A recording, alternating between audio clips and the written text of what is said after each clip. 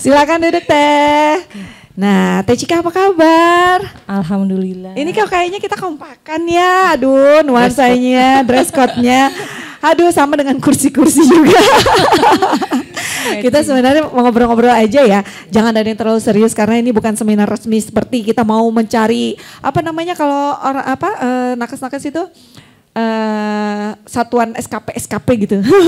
PP apa? Pathway. Nah, sekarang ini kita ngobrol-ngobrol santai aja. Kayak biasanya kalau aku mampir ke rumah Teh Cika mau beli kue. Teh Cika, hari ini Teh Cika akan membahas kalau nggak salah diabetes with children gitu ya. Dan yang sebelum-sebelumnya juga saya tahu Teh Cika ini adalah seorang ibu yang sudah kehilangan buah hatinya di usia sangat muda. Berarti kalau saya pertama kali membaca mengenai cerita anaknya Teh Cika adalah Ananda itu mengalami diabetes anak. Saya nggak pernah terbayang nih Teh bahwa yang aku pikir diabetes itu hanya untuk orang-orang yang di atas 50 tahunan dan sangat tidak paham mengenai anak-anak yang bisa terkena diabetes. Nah, sebelum kita lebih jauh ke sana, boleh tahu dong, Teh Cika kesini sama siapa sih? Iya. Aku menyapa teman-teman dulu. Boleh, silakan. Assalamualaikum warahmatullahi wabarakatuh. Waalaikumsalam warahmatullahi wabarakatuh. Selamat pagi Bapak Ibu sekalian, teman-teman semuanya. Juga saya mau menyapa Bapak Ibu dokter yang ada di antara kita hari ini. Saya juga makasih sama Mbak Sari dan Keto Fitness yang udah mengupayakan acara ini terselenggara. Jadi kali ini aku diundang sama Mbak Sari sama Mbak Sari dan teman-teman untuk bahas tentang anak dan diabetes. Sebetulnya udah mungkin dari beberapa teman-teman udah banyak yang dengar ceritanya ya. Tapi mungkin kalau diabetes pasti aku udah harus cerita lagi mengenai almarhumah. Jadi biasanya yang namanya diabetes itu kan dialami oleh orang yang sudah lanjut usia. Tapi ternyata anak-anak juga bisa kena. Ya seperti yang dialami oleh almarhumah anak saya. Jadi itu kejadiannya tiba-tiba. Saya cerita dulu ya. Nanti setelah ini saya akan sharing sedikit informasi tentang diabetes supaya kita bisa menjaga diri kita dan anak-anak kita supaya nggak kena diabetes ya. Jadi anak saya itu nggak ada gejala apa-apa sama sekali, cuma dia sering batuk pilek, jadi dia alergi. Punten Teh, anak Teteh namanya? Namanya Shumaila. Shumaila, usianya Teh? Usianya waktu terdiagnosa itu umur 7 tahun. Oh, tahun. Oke, di usia 7 tahun. Okay. Cuman dari kecil memang cuma batuk pilek gitu ya. Tapi itu saya sering bawa ke dokter karena kan kita orang kerja ya, pagi berangkat pulangnya malam. Jadi kalau anak sakit itu udah pasti kita gimana caranya biar cepat sembuh ya, dibawa ke dokter. Jadi berapa bulan kemudian kumat lagi, dibawa ke dokter lagi. Sampai akhirnya kata dokter, ini anak nggak boleh kena es, nggak boleh kena coklat, nggak boleh kena gorengan, terus harus serba higienis. Makanya di rumah itu spray apa semuanya putih dan seminggu sekali ganti, seminggu 2 kali ganti. Pokoknya super higienis. Tapi terus kumat terus ya, batuknya grok-grok gitu. Batuk pilek grok-grok gitu. Dan berulang-ulang dan sering dibawa ke dokter. Sampai saya kemana ya cari dokter yang paling bagus buat anak saya ini gitu kan ya. Akhirnya ketemulah dokter yang di Tangerang. Karena kan udah berlanjut alerginya. Sama dokter dikasih obat-obatan. Cuman saya lihat nih, obat-obatannya sama semua. Pasti ya untuk menekan alerginya kan ada antihistamin, steroid dan segala macam. Dan itu nggak nyelesain masalah, berulang terus. Walaupun saya udah batasin makanannya, batasin mainnya, kan nggak boleh capek katanya ya. Udah tuh. Nah suatu saat kira-kira umur 7 tahun dia batuk lagi tapi kali ini keluar darah. Terus saya bawa ke dokter yang di langganannya. Cuma karena nggak puas, saya cari lagi dokter yang paling bagus lagi, khusus paru-paru. Di ronsel lah paru-paru anak saya, gitu ya. Ditemukan flek. Jadi ini ada flek nih Bu, saya kasih obat ya, dikasih obat tuh untuk seminggu lah ya dikasih obat. Minum obat ini nanti minggu depan periksa lagi. Jadi udah diminumin obatnya gede-gede. Begitu selesai kan mesti balik lagi. Akhirnya kita balik lagi, diperiksa, oh ini masih ada grok-groknya Bu. Jadi sekali lagi ya obatnya. Jadi tebus obat lagi yang sama. Jadi aku lihat, oh kok obatnya sama ya gitu. Minum lagi nih anak, udah. Terus dokternya bilang minggu depan cek lagi. Jadi begitu minggu depannya dicek lagi, oh udah nggak ada, udah bersih. Tapi untuk memastikan minum lagi ya obatnya.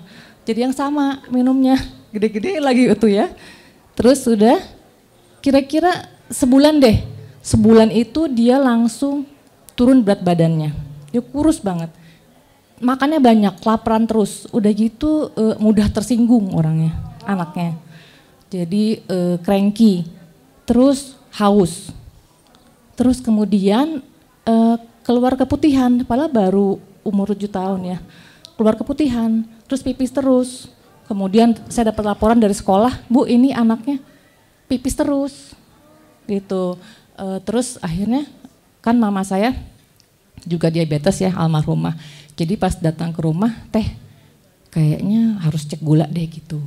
Terus masa sih?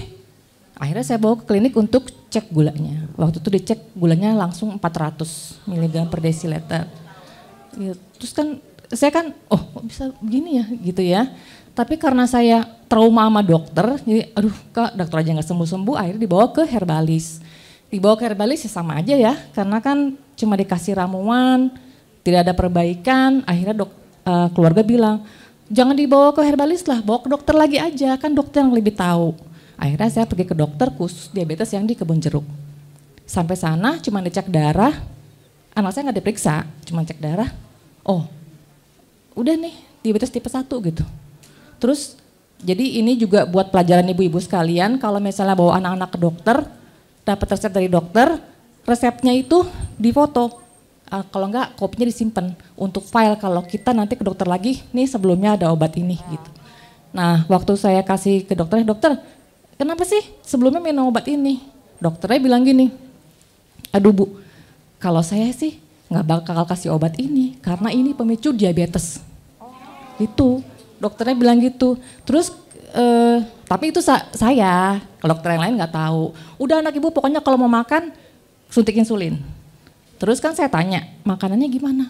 Ya makan aja biasa, mau pizza kasih, mau donat kasih, suntik aja insulinnya. Gitu. Jadi anak saya nggak dipegang tuh, cuma ngecek darah doang. Pulang itu namanya saya kan kesel ya, kecewa, kesel, marah sama diri sendiri, marah sama dokter. Akhirnya saya bertekad di situ, gimana caranya saya mau ngobatin anak saya sendiri. Tapi itu fatal sih, nanti ceritanya lagi. Akhirnya terus saya pelajari, ternyata ya diabetes yang dialami anak saya ini karena sistem kekebalan tubuhnya sih ya. Akhirnya saya belajar mengenai gimana makanan apa yang bagus buat dia kan. Saya belajar, saya coba food combining, vegetarian, raw food segala macam. Tapi yang namanya gula darah naik turun. Udah gitu godaannya adalah jajanan di sekolah. Anak saya ke sekolah dibawain nasi merah, tempe, tahu. Tapi lihat temen-temennya minumnya susu kemasan, kemudian makannya french fries, kemudian spaghetti, roti gitu ya. Akhirnya nih anak gimana caranya tukeran makanan sama temen-temennya.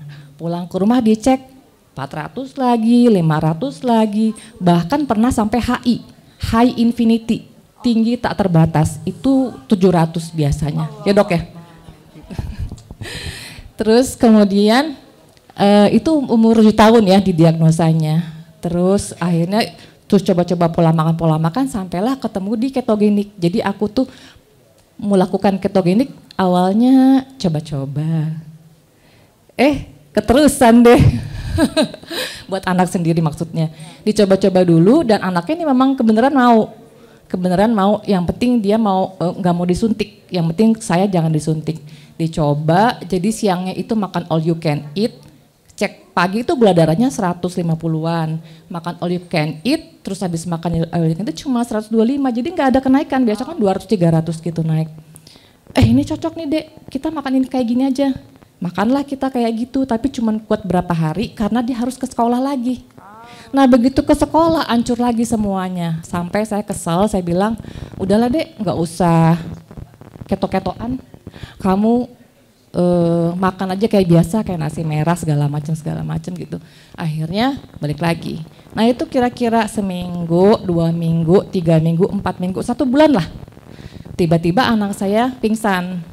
Ya kan pingsan, dia mual-mual dulu sebelumnya mual, terus kemudian pingsan.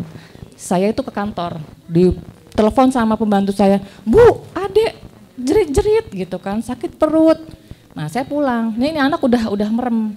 Jadi ini anak udah merem, udah pingsan, cuman saya mau dibawa ke dokter, aduh nanti anak saya diapa-apain lagi gitu, gimana nih. Akhirnya itu benar-benar waktu yang terbuang itu berapa jam itu di rumah. Akhirnya dibawa ke dokter, dibawa ke ICU. Terus saya dimarahin sama dokter, ini anak kenapa bisa jadi gini, namanya kena ketoasidosis gitu kan. Padahal itu ketoasidosis saya lagi pelajarin kan waktu itu ya, karena lagi ketogenik ketoasidosis gitu ya. Udah akhirnya dia masuk ICU, masuk ke NICU sampai akhirnya, ini udah gak sadar adiknya. Terus harus cuci darah, sekarang sih alat untuk cuci darah untuk anak-anak udah banyak di rumah sakit. Kalau dulu cuma 5. Gitu, jadi ini anak harus cuci darah, dicarilah rumah sakit, kesini nggak ada, ke situ nggak ada, akhirnya ketemu yang di dekat RSCM yang di Jakarta Pusat kalau nggak salah, situ dapat, udah berhasil dicuci darah, sekali 2 kali, sampai ketiga kalinya dokternya bilang, Bu ini maaf ya kita udah melakukan segala macam, tapi ini maaf ini otaknya bengkak. Gitu ya, jadi pembengkakan otak, jadi ini kita udah nggak bisa nolong lagi, ini bahkan dipakai alat bantu gitu kan. Nah udah terus saya marah kan, ini saya bawa ke sini kan juga berharap untuk kamu selamatkan anak saya gitu kan ya. Akhirnya dokter bilang ini saya kasih saya waktu 3 hari lagi, kalau 3 hari ya saya juga angkat tangan, semua alat-alatnya mesti dicabut gitu. Akhirnya udah itu hari Kamis kemudian subuhnya tiba-tiba saya dipanggil kan di depan ICU gitu, dipanggil sama susternya, Bu Sumaila gitu, wah saya langsung dek. Begitu masuk, harum tuh lagi dipompakannya gitu. Akhirnya saya bilang sama adik, ya udah deh kalau memang mama ikhlas kok, kalau memang mama ikhlas kalau adik mau duluan ketemu sama Allah, maafin mama ya, mama nggak bisa merawat adek. Terus setelah itu nih udah nggak ada ya. Makanya begitu sampai rumah saya sempat yang berkabung selama beberapa hari, tapi kemudian saya harus bangkit lagi kan ya. Ini nggak bisa begini nih, pasti ada sesuatu yang bisa saya ambil hikmahnya dari sini, dan yang lain jangan sampai jangan sampai ibu-ibu teman-teman semua itu kena mengalami apa yang saya alami. Jadi gitu teman-teman, setelah itu saya pelajari lagi tentang ketogenik, kemudian saya bilang ini bagus ini pola makan, ini orang-orang harus tahu. Anak kecil aja sekarang udah kena diabetes ya. Jadi bukan penyakit orang tua lagi. Diabetes yang dialami oleh anak saya itu yang tipe 1, yang tidak bisa sembuh. Yang biasa dialami oleh orang tua itu yang diabetes tipe 2. Kita langsung ke ini aja deh, langsung. Berarti ada 2 tipe diabetes mellitus ya. Jadi teman-teman, diabetes itu sebetulnya kondisi salah satu penyakit kronis yang diakibatkan oleh tubuh mengalami sindroma metabolik atau gangguan metabolisme. Metabolisme apa? Karbohidrat, protein, lemak. Itulah sebabnya ditandai dengan trigliseridanya tinggi, TG-nya, ya kan? Di atas 150. Kemudian gula darahnya tinggi, apalagi kemudian perut buncit, gemuk sekitar perut. Jadi dia udah nggak bisa metabolisme lemak, metabolisme gula itu kacau. Nah sekarang kalau mau tahu jenis-jenisnya itu sebenarnya banyak loh. Ada tipe 1, tipe 2, tipe 1,5 ada, tipe 3 ada, terus gestational diabetes ada, ya. Jadi yang namanya tipe 1, jadi nggak ada yang namanya tipe basah tipe kering ya. Tipe basah tipe kering itu adalah komplikasi akibat gula darahnya yang tak terkendali. Jadi kalau diabetes tipe 1 itu terjadi kepada anak-anak, munculnya di usia 4, 7, 11. Pemicunya dari genetik nanti atau? Sebentar, Okay. nanti aku kasih tahu. Okay. Ini kalau udah penasaran, emak-emak bisa kayak FBI Betul. Karena sesuatu yang dialami sama Teh Cika itu sama sekali nggak terbayang. Mengalami suatu kejadian di mana anak mendahului orang tua. Saya aja nggak kuat, apalagi yang ngalamin. Dan apakah keputusasaan itu kita nggak rasa gitu. Kita rasa bagaimana seorang ibu yang tidak tahu apa yang harus dilakukan. Dan kalau itu tidak bisa menjadi titik balik, bagaimana menyelamatkan anak kita yang lain. Dan hari ini memang sangat istimewa kalau saya pikirkan bagaimana generasi kita, generasi anak-anak kita yang harus banyak mengalami kesulitan untuk sembuh. Bagaimana tidak ada solusi dan tidak ada jawaban. Kecuali kita sendiri yang mengalami dan bisa mengajarkan ini buat orang banyak. Kalau saya sih dari pertama udah gak tahan ya dengan cerita bagaimana seorang anak yang harus mendahului ayah dan bundanya. Saya mau mengucapkan terima kasih sama Teh Cika yang di waktu yang masih pagi ini udah sangat menyentuh perasaan saya secara pribadi dan juga teman-teman yang ada di ruangan ini. Mudah-mudahan perjuangan Ananda Shumaila bisa terus kita kenang. Bagaimana nasib anak di usia 4 tahun ke atas. Kebayang anak kita sendiri untuk mengalami hal seperti ini. Ini adalah suatu kesalahan yang sebenarnya terjadi umum dan dibiarkan. Dan mudah-mudahan setelah ini tidak ada lagi pembiaran. Kita tidak mentolerir lagi bagaimana anak-anak itu terlepas dari tanggung jawab kita. Walaupun kita sudah berusaha 100%. Maaf ya Teh. Iya, gak apa-apa karena kita tuh pasti ingin memberikan yang terbaik buat anak kita sebenarnya ya. Bagi Cuma tisunya. Supaya aku berhenti nangis harus aku bercandain Teh Cika. Cuma ternyata kita nggak tahu apa yang kita berikan buat anak kita itu ternyata salah. Jadi selama ini kan saya kerja dari pagi sampai malam untuk meyakinkan anak saya itu mendapatkan apa yang dia butuhkan. Saya kasih dia banyak sekali makanan dan suplemen-suplemen. Itu semuanya makanannya yang import lah, suplemen yang import, ya kan. Terus sebenarnya dia ada alergi susu sapi. Cuman saya pengen anak saya minum susu ya, karena kan bagus buat anak katanya ya. Jadi saya paksain karena masih alerginya masih kumat, masih grok-grok. Jadi kata dokternya udah minum susu soya aja. Jadilah minum susu soya. Jadi saya pikir saya memberikan anak saya yang terbaik, tapi ternyata apa yang saya berikan tuh ternyata kurang. Sudah takdir ya. Terus jadi tipe 1 itu biasa muncul di umur 4, 7 sampai 11 tahun. Kemudian yang tipe 2 itu munculnya di usia dewasa, di usia lanjut ya. Kalau tipe 1 itu karena keturunan. Kalau tipe 2 itu biasanya munculnya di 10 tahun, 20 tahun, 30 tahun ke depannya. Itu karena gaya hidup ya. Itu tipe 1, tipe 2. Nah sekarang kalau gejalanya nih ya, kalau tipe 1 yang dialami anak saya itu dia mengalami lemah sistem kekebalan tubuhnya. Dia alergi terus, mengalami infeksi terus, kemudian juga mengkonsumsi obat-obatan tapi enggak. Jadi itu kayaknya infeksi berulang ya. Terus kemudian mudah marah. Jadi anak kecil tuh mudah marah. Terus udah gitu haus, lapar terus, Udah gitu karena ini anak saya tinggal terus pergi kerja, jadi ternyata kalau di rumah tuh suka minum teh manis yang gulanya banyak banget ya. Jadi makanan, minuman semua serba yang kemasan dan import yang menurut saya paling bagus lah ya. Itu tipe 1 gejala-gejalanya. Sama sih ya dengan yang dewasa yang tipe 2 itu sering pipis, sering lapar ya. Terus udah gitu apalagi? Oh, gampang capek. Jalan sedikit, capek mah. Jalan sedikit capek mah gitu udah.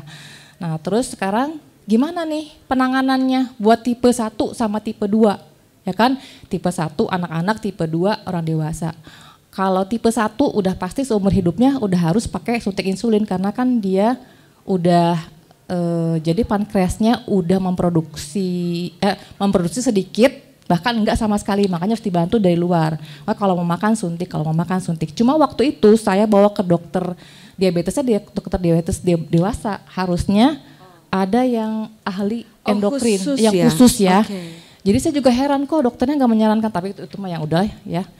Kok nggak nyaranin ke dokter yang khusus untuk diabetes, dokter endokrin gitu. Terus kemudian kalau yang tipe 2 karena ini akibat dari gaya hidup yang buruk ya sehingga dia mengalami diabetes atau metabolic syndrome, maka penanganannya harus putar balik lagi apa yang menyebabkan dia seperti itu dari awalnya. Ya kan tingginya kenapa terjadi metabolic syndrome? Karena ternyata tubuhnya mengalami resistansi insulin. Kenapa tubuhnya resist sama insulin? Ya kan karena terlalu banyak kadar insulin dalam darah. Kenapa banyak dalam darah? Apa sih tugasnya insulin kok sampai banyak banget dalam darah? Ternyata kalau kita makan karbo, makan gula, apapun yang bakal jadi gula itu maka gula yang ada dalam tubuh kita, dalam darah kita itu diatur oleh insulin untuk diedarkan ke sel-sel dalam tubuh. Loh kok resist badannya nggak mau nerima aksi dari insulin? Karena terlalu banyak. Jadi dari kegiatan makan kita yang 3 kali sehari kemudian diselingi dengan makan lagi, udah gitu kitanya begadang mungkin, udah gitu kitanya apa lagi? Stres, itu semua menaikkan kadar gula darah. Jadi gula darah naik, insulin juga naik, maka badan akhirnya menolak karena gula terlalu tinggi, insulin juga terlalu tinggi. Kemudian kalau begitu caranya kita harus memperbaiki agar gulanya nggak tinggi sama insulinnya tinggi, ya dengan pola makan, dengan gaya hidupnya diperbaiki lagi. Itu akar permasalahannya. Kemudian ini waktunya ya. Kemudian pencegahannya. Belum kok Teh, belum. Belum. Kemudian ada nggak sih yang bisa kita cegah supaya enggak kena, supaya enggak jadi diabetes? Kalau tipe 2 udah pasti kita harus merubah gaya hidup. Sekarang kalau tipe 1 kan keturunan. Ya. Ada nggak sih yang kita bisa cegah? Oke, jadi ini saya pernah tanya ke Mas Agus. Mas Agus, kenapa sih anak saya bla bla bla? Kata Mas Agus, kayaknya karena mitokondrianya. Oh, okay. Ya, mitokondria sama infeksi. Jadi akhirnya aku pelajari lagi. Ini anak sampai keturunin mitokondria yang rusak itu dari mana? Lewat mana? Apa pakai instan? Apa pakai same day? Soalnya yang namanya tipe 1 itu betul-betul kejadiannya serba cepat, langsung dalam hitungan hari, minggu, bulan. Kalau diabetes tipe 2 itu dekade, ya. Ternyata setelah saya pelajari lagi, itu mitokondria yang disfungsi atau rusak itu didapat dari ibunya. Kenapa nggak dari bapak? Karena memang sel indung telur itu paling banyak mitokondrianya. Begitu sperma dari bapak masuk, lepaslah ekornya segala macam itu mitokondrianya. Jadi dari ibunya, kerusakan dari ibunya. Nah, ini namanya gen ya, dokter. Ini namanya genetik ya, gen ya. Cuma yang namanya gen ini bisa cuma dibawa jadi carrier kayak saya mungkin ya. Dan bisa jadi juga keluar jadi penyakit, jadi autoimun. Kalau ada stresor. Stresornya kalau yang di anak saya setelah saya selidiki lagi adalah infeksi berulang. Jadi infeksi ya banyak ya, jadi sering mengalami infeksi karena terpapar dengan alergen, kemudian juga terpapar dengan virus mungkin. Memang dari lahir mungkin bawaan sistem kekebalan tubuhnya udah lemah, ya kan? Nah itu bawaan yang dibawakan ke anak saya. Tapi untuk yang lain juga banyak loh yang mitokondrianya rusak dibawa ke anak-anak kita. Ada pertumbuhan otak, pengaruh kepada pertumbuhan otak, pertumbuhan badannya, kemudian ke ginjalnya, semua organ-organ. Karena yang namanya mitokondria itu ada dalam sel tubuh kita. Dalam satu sel tubuh kita itu ada ribuan mitokondria. Minimal 40 mitokondrianya rusak, itu bakal terjadi kerusakan organ dan sistem. Nah itu yang kita turun ke anak-anak kita. Jadi enggaknya itu keluar, itu tergantung stresornya ya. Jadi paparan toksin, chemical dari makanan minuman mungkin, kemudian virus dan sebagainya. Nah, anak saya sudah saya investigate, jadi rupanya itulah mungkin yang menyebabkan harusnya yang namanya peradangan itu, kalau peradangan itu bukan hal yang buruk ya. Peradangan itu adalah usaha dari sistem kekebalan tubuh kita untuk memperbaiki dirinya. Jadi ada dua cara, ada dua jalan step untuk tubuh memperbaiki dirinya. Lewat peradangan dulu, kemudian perbaikan. Tapi masalahnya yang terjadi kepada almarhum anak saya, dia terinfeksi dulu, kemudian sistem imun datang, terciptalah peradangan.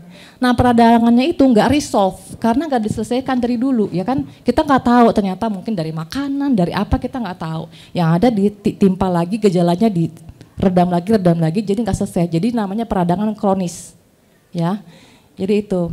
Nah, bentar teh. Pada saat peradangan berarti infeksinya yang dia batuk pilek itu. Oke, kemudian alerginya keluar. Ya, jadi bentuk mukus banyak, lendir banyak itu adalah itu cara kerja mekanisme dari sistem kekebalan tubuh. Betul. Untuk membantu menjaga keseimbangan sebetulnya. Cuman nggak seimbang-seimbang. Iya, betul. Jadi nggak sembuh-sembuh. Jadi muncul lagi. Karena kita tidak menuju ke akar permasalahan sebenarnya. Ini anak mungkin dietnya, mungkin apanya, makanannya, mungkin juga toksin dari mana kita kan nggak tahu, kan nggak paham waktu itu. Apakah, pertanyaan sedikit nih, apakah ada juga kontribusi dari pemberian obat itu yang tadi kan sempat ada dokternya bilang yang ini pemicu diabetes gitu. Jadi setelah saya pelajari juga semua obat-obatan yang mengandung steroid, kortikosteroid, ya dok ya, itu memang memicu kadar gula darah menjadi tinggi. Ya, itu akan diberikan kepada teman-teman kita, anak-anak kita yang mempunyai sistem kekebalan tubuh yang lemah. Ya pasti dikasih steroid, cuman kortikosteroid. Jadi kalau misalnya ada dokter yang menjelaskan ini adalah jenis obat yang mengandung kortikosteroid, itu bisa mempunyai resiko memicu. Ya kan dokter itu pasti kan memberikan obat dengan hati-hati ya. Betul. Kita nggak boleh menyalahkan dokter. Saya sempat di masa yang menyalahkan dokter, yang benci sama dokter. Tapi kita tidak boleh menyalahkan dokter karena dokter hanyalah helper yang diturunkan oleh Allah untuk membantu kita mengatasi gejala kita. Namun betul-betul kesehatan itu, kesembuhan kita harus upayakan, ya kan? Kita aja harus mengupayakan kesehatan buat diri sendiri. Ya buat anak-anak juga kita harus mengupayakan. Jangan pernah menggantungkan kesehatan kita, kesembuhan kita kepada dokter. Enggak sembuh, yang disalahin dokter. Bukan. Kita harus mengupayakan sendiri gimana caranya kita bisa sembuh. Jadi jangan mengandalkan hanya kepada obat-obatan. Dokter juga, teman-teman dokter yang terhormat juga pasti senang kok kalau kitanya lekas sembuh. Ya kan? Nah itu jadi saya udah pelajari juga, jadi karena terkena banyak sekali obat-obatan, kemungkinan ya kan multifaktor penyebabnya. Ya jadi memang anak saya itu kena antibiotik beronde-ronde, ya. Sedangkan yang namanya antibiotik adalah anti kehidupan, betul, ya kan. Jadi tidak hanya membunuh bakteri, tapi segala macam mungkin bakteri baik yang ada dalam pencernaannya juga ikut habis di bumi hanguskan, ya kan ya. Sementara untuk membangun lagi bakteri baik dalam pencernaan itu kan butuh waktu lama. Mungkin sebaiknya nanti kalau anak kita dikasih antibiotik, ya kita bantu untuk membangun lagi mikrobiotik dalam tubuhnya ya gitu. Nah terus kemarin juga aku ada diskusi dengan Mas Agus. Jadi di usus kita itu di lapisannya itu ada lapisan tebal, itu mukus, dalamnya memang bakteri baik yang menjaga dinding usus, karena dinding usus itu ada pembuluh darah dan saluran limfatik. Jadi yang di dalam usus itu ada banyak-banyak bakteri kayak jamur, virus, protozoa segala macam itu tidak akan masuk. Cuman karena mungkin terpapar oleh zat kimia dan makanan yang buruk dari anak saya itu, terjadilah leaky gut ya dok ya. Jadi yang namanya autoimun itu kan leaky gut. Mostly karena leaky gut ya dok ya. Ya kan kita kan nggak tahu multifaktor penyebabnya apa dari anak saya itu gitu. Nah terus itu ya. Terus kemudian, nah pencegahan tadi ya. Sekarang gimana? Kira-kira bisa nggak kita cegah ini? Anak-anak kita nggak kena tipe 1. Kalau menurut saya, maaf ya dok ya, menurut saya ini pribadi, kita bisa melakukan sesuatu, mungkin nggak ya, jadi para calon orang tua itu kita sosialisasikan untuk menjalani pola hidup sehat. Ya, gimana caranya memelihara dan mereparasi mitokondria, si mitokondria ini. Kalau teman-teman bisa Google, how to repair mitokondria adalah dengan cara berpuasa. Ya, dengan cara membatasi kalori. Kita bisa melakukan defisit kalori dengan cara berpuasa, intermittent fasting. Kemudian konsumsi makanan yang kira-kira akan mendukung perbaikan dan regenerasi dari mitokondria dengan sel itu ya, yaitu makan sumber hewani. Karena memang yang membentuk sel kita itu lemak dan protein, itu sih ya.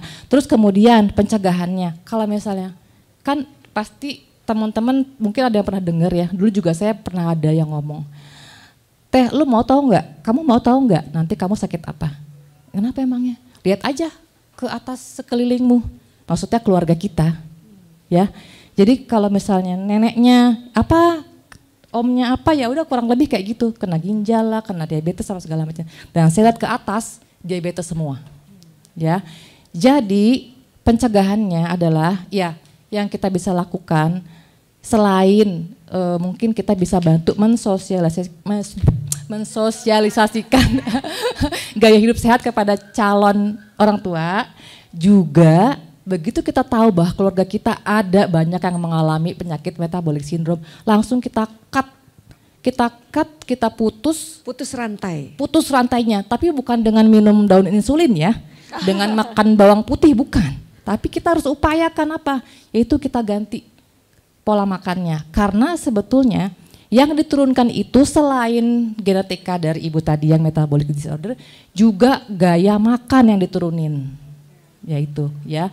Terus kalau misalnya selain itu ya, selain tadi mensosialisasikan orang tua untuk memperbaiki hidup. Nah, untuk anak-anak mungkin saya bisa sharing berdasarkan pengalaman saya. Jadi kalau anak-anak sakit itu jangan langsung demam langsung kasih obat, demam langsung kasih obat. Dokter juga pasti ditanya, ini berapa hari udah demamnya? Harusnya kan tunggu 3 hari dulu. Dan demam itu tanda bahwa bukan sistem imunnya lagi lemah, enggak, itu lagi kerja. Ya, jadi kalau anak-anak lagi sakit nggak mau makannya jangan dipaksain. Kasih aja minum kaldu, minum air putih yang banyak. Biar dia mengeluarkan juga cairan yang panas dari dalam tubuhnya. Biarkan dia istirahat, jangan khawatir ya. Kalau udah 3 hari baru dibawa ke dokter ya. Kecuali ya sakit yang lain lah mungkin. Dan kayaknya untuk latihan tidak panik itu harus terus ya Teh. Oh iya, apalagi kan kita yang kerja dari pagi sampai sore, sampai malam pasti kan gimana caranya. Saya sering banget ke UGD itu, cuman mau ngobatin, dokter tolongin anak saya gitu doang. Jadi kayak ngejar target gitu ya. Anak saya besok harus sembuh gitu. Iya. Itu kayak nggak mungkin gitu, harusnya orang tua juga tahu gitu ya Teh. Terus satu lagi pertanyaan saya yang belum kejawab sama Mas Agus. Jadi kan saya tanya sama Mas Agus. Mas Agus, kenapa sih munculnya diabetes tipe 1 itu di umur 4, 7, 11? Selalu gitu. Kenapa? Akhirnya saya cari tahu lagi, saya ubek-ubek lagi itu yang namanya artikel-artikel. Akhirnya mungkin saya, betul nggak ya dok ya, tolong dibetulin kalau salah. Jadi kenapa muncul di 4 tahun itu? Karena itu adalah masa-masa di mana sistem imunnya lagi menyelesaikan tahapnya ya. Kemudian di usia 4 tahun itu anak-anak sudah bertemu dengan stresornya, yaitu makanan pendamping ASI. Betul, betul. Ya, nah itu tergantung dengan makanan dan minuman yang kita berikan ke anak kita. Itu. Referensi menunya gitu ya? Referensi menunya, ya Oke. kan. Karena justru memang makanan yang tinggi gula, makanan prosesan itu melemahkan sistem kekebalan tubuh, ya kan. Apalagi yang namanya makanan kemasan, makanan minuman pabrikan itu udah dicerna duluan oleh pabrik sehingga begitu kita makan, begitu anak-anak kita makan yang tersisa hanya kalori tinggi. Jadi anak-anak kita udah terpapar kalori tinggi, kosong gizi itu. Nah terus muncul di 7 tahun kenapa? Oh karena badannya sedang membentuk hormon, ya dok ya, apa sih namanya? Sedang membentuk hormon-hormon untuk remaja itu, gitu. Terus apalagi tadi ya? Jadi tadi tips dan arahan gitu ya bagi kita orang tua untuk mulai secara teliti memperhatikan gaya yang diturunkan oleh keluarga besar. Kalau saya juga dari Sumatera merasa paling utama itu makan nasi harus ada santan-santenan. Dulu ya, dulu. Dan seperti Teh Cika bilang, coba perhatikan mengidap penyakit apa anggota keluarga kita. Saya juga merasa Teh, nggak jauh dari urusan diabetes, hipertensi, kanker. Dan itu membuat saya juga berpikir, kapan lagi kita putus rantainya. Dan luar biasanya Teh Cika juga mengatakan bahwa tadi kalau ketemu dokter tuh jangan anxiety pengen sembuh gitu ya kan. Anak-anak sakit itu wajar dan demam itu harus dijadikan teman. Karena demam itu bukan penyakit, itu adalah gejala dan bagaimana tubuh itu berespon terhadap satu itu mekanisme. Iya, mekanisme bertahan. Nah, alhamdulillahnya dengan satu kejadian Teh Cika hadir di sini bersama kita untuk memberikan satu insight. Di mana yang setiap orang pasti akan punya ujian masing-masing. Betul ya Teh ya? Dan bagaimana itu menjadi satu titik tonggak untuk menjadikan suatu perubahan baru. Sekarang kalau misalnya kakaknya Shumaila ada ya? Ada. Kakaknya ada. Jadi kalau secara genetik secara umum harusnya kakaknya juga dong. Harusnya, ya nggak sih? Harusnya, cuma berarti terlalu banyak faktor banyak. Yang kita tidak bisa menyalahkan genetik. Betul. Jadi bisa jadi bukan salah ibunya juga. Betul ya? Jadi kalau kita bisa berdamai dengan kondisi ujian saat itu, kita dengan tenang dan berserah gitu ya Teh ya. Semua itu mungkin akan menjadikan satu babak baru seperti Teh Cika yang sekarang juga mereknya Sumaila Cake itu ternyata nama anaknya. Masya Allah.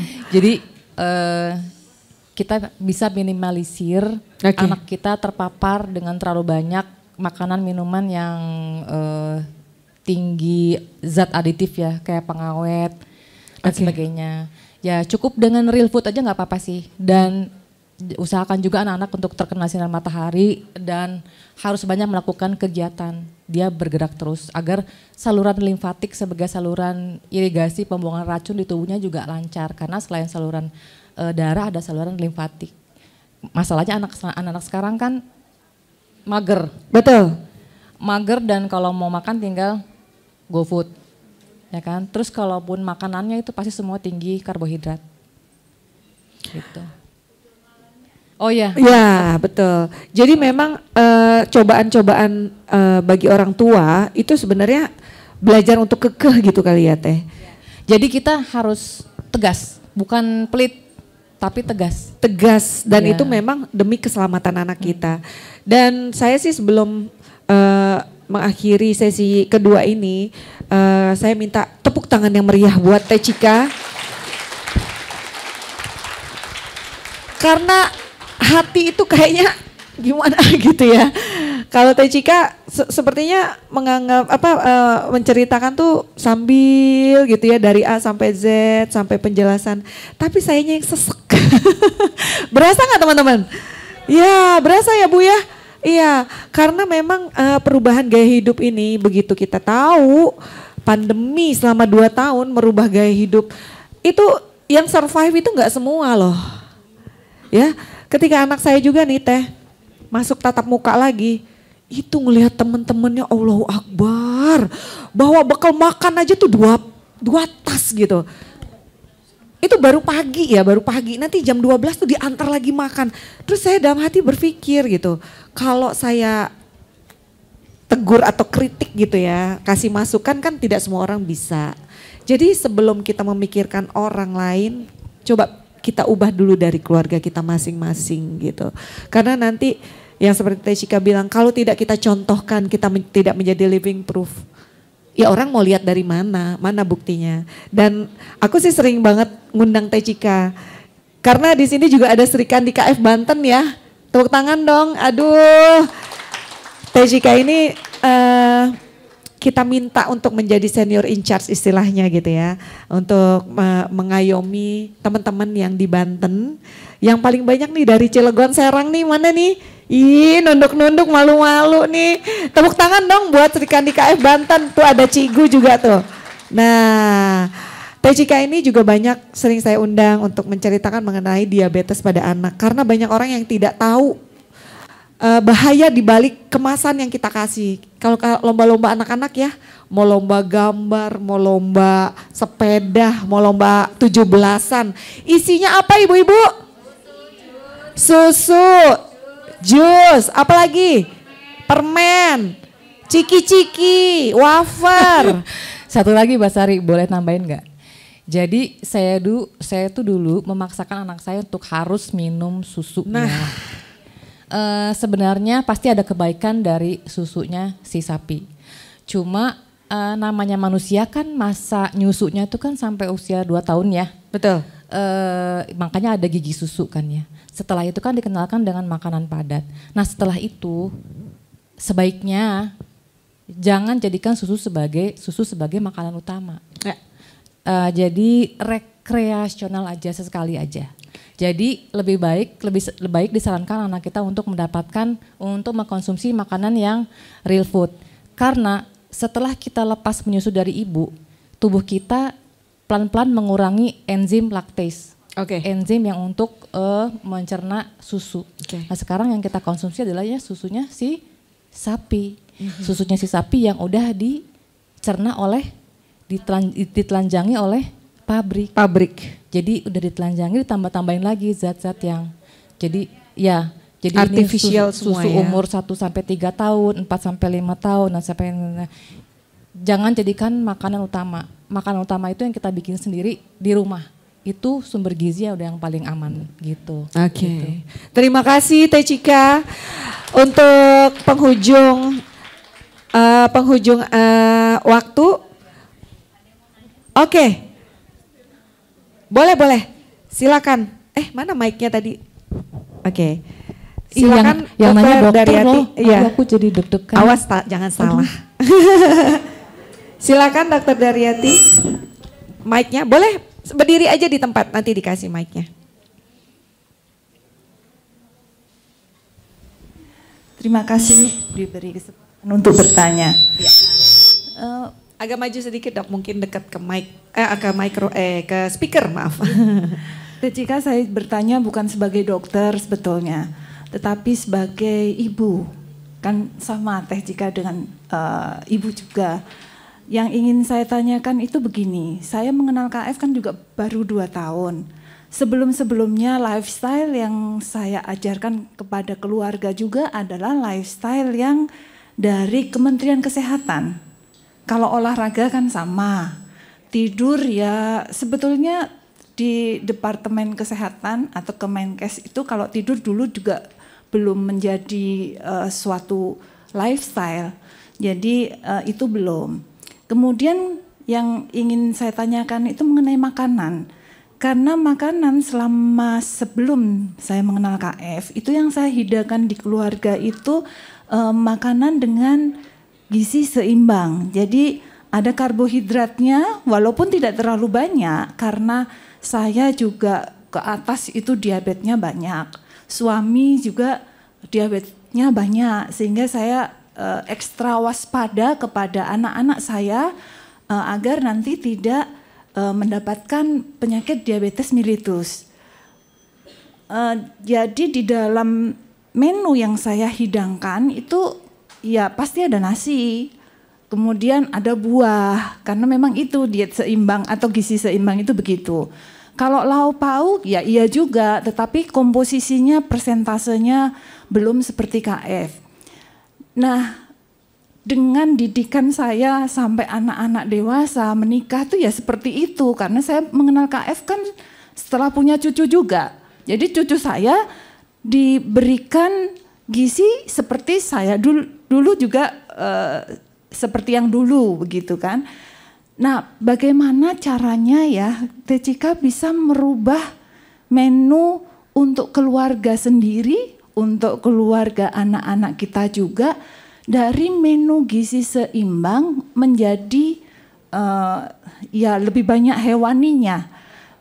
Terus terang pengalaman saya itu agak sulit karena ditambah lingkungan, semua makanan yang disediakan di mall, di mana-mana pun itu tinggi karbohidrat. Jadi perjuangan tersendiri selain memberi contoh, bagaimana mengajak keluarga, terutama anak mantu, cucu, supaya mereka itu tahu ini loh bahaya.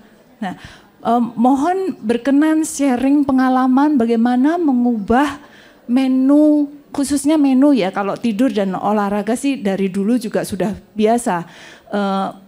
Bagaimana cara mengubah menu di dalam keluarga sehingga mereka bisa dengan senang hati lebih banyak makan hewani daripada karbohidrat dan buah.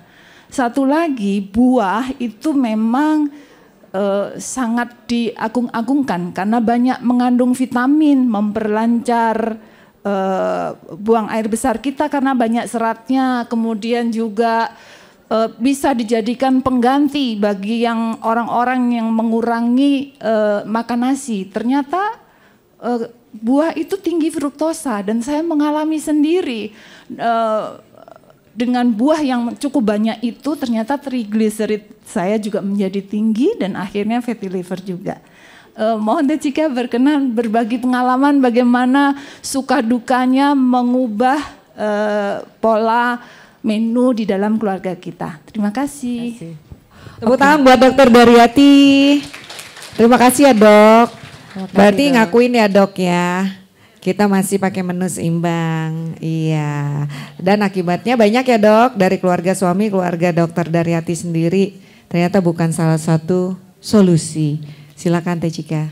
Oke, jadi anak-anak itu akan makan apa yang kita makan, apa yang kita sediakan. Itulah makanya tadi saya bilang ke Mbak Sari ya, kita harus tegas, bukannya pelit.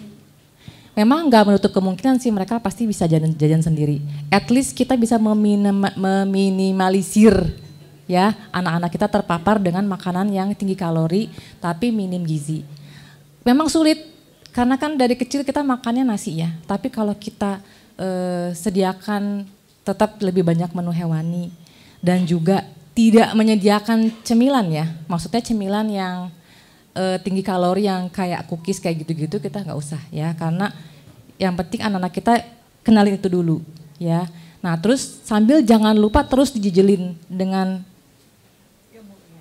ilmunya, karena biar gitu-gitu juga, biar cuek-cuek juga, itu mereka nyimak loh. Cuma mereka kadang, aduh tapi pengen ya boba, aduh tapi pengen ya pesen misalnya martabak pecenongan gitu ya. Ya sudah, yang penting kita tetap sediakan makanan di rumah yang real food. Nasi memang sulit, kalau nasi biar nanti anak-anak ketemu sama hidayahnya sendiri aja nanti ya Dok ya. Yang penting kita terus gitu.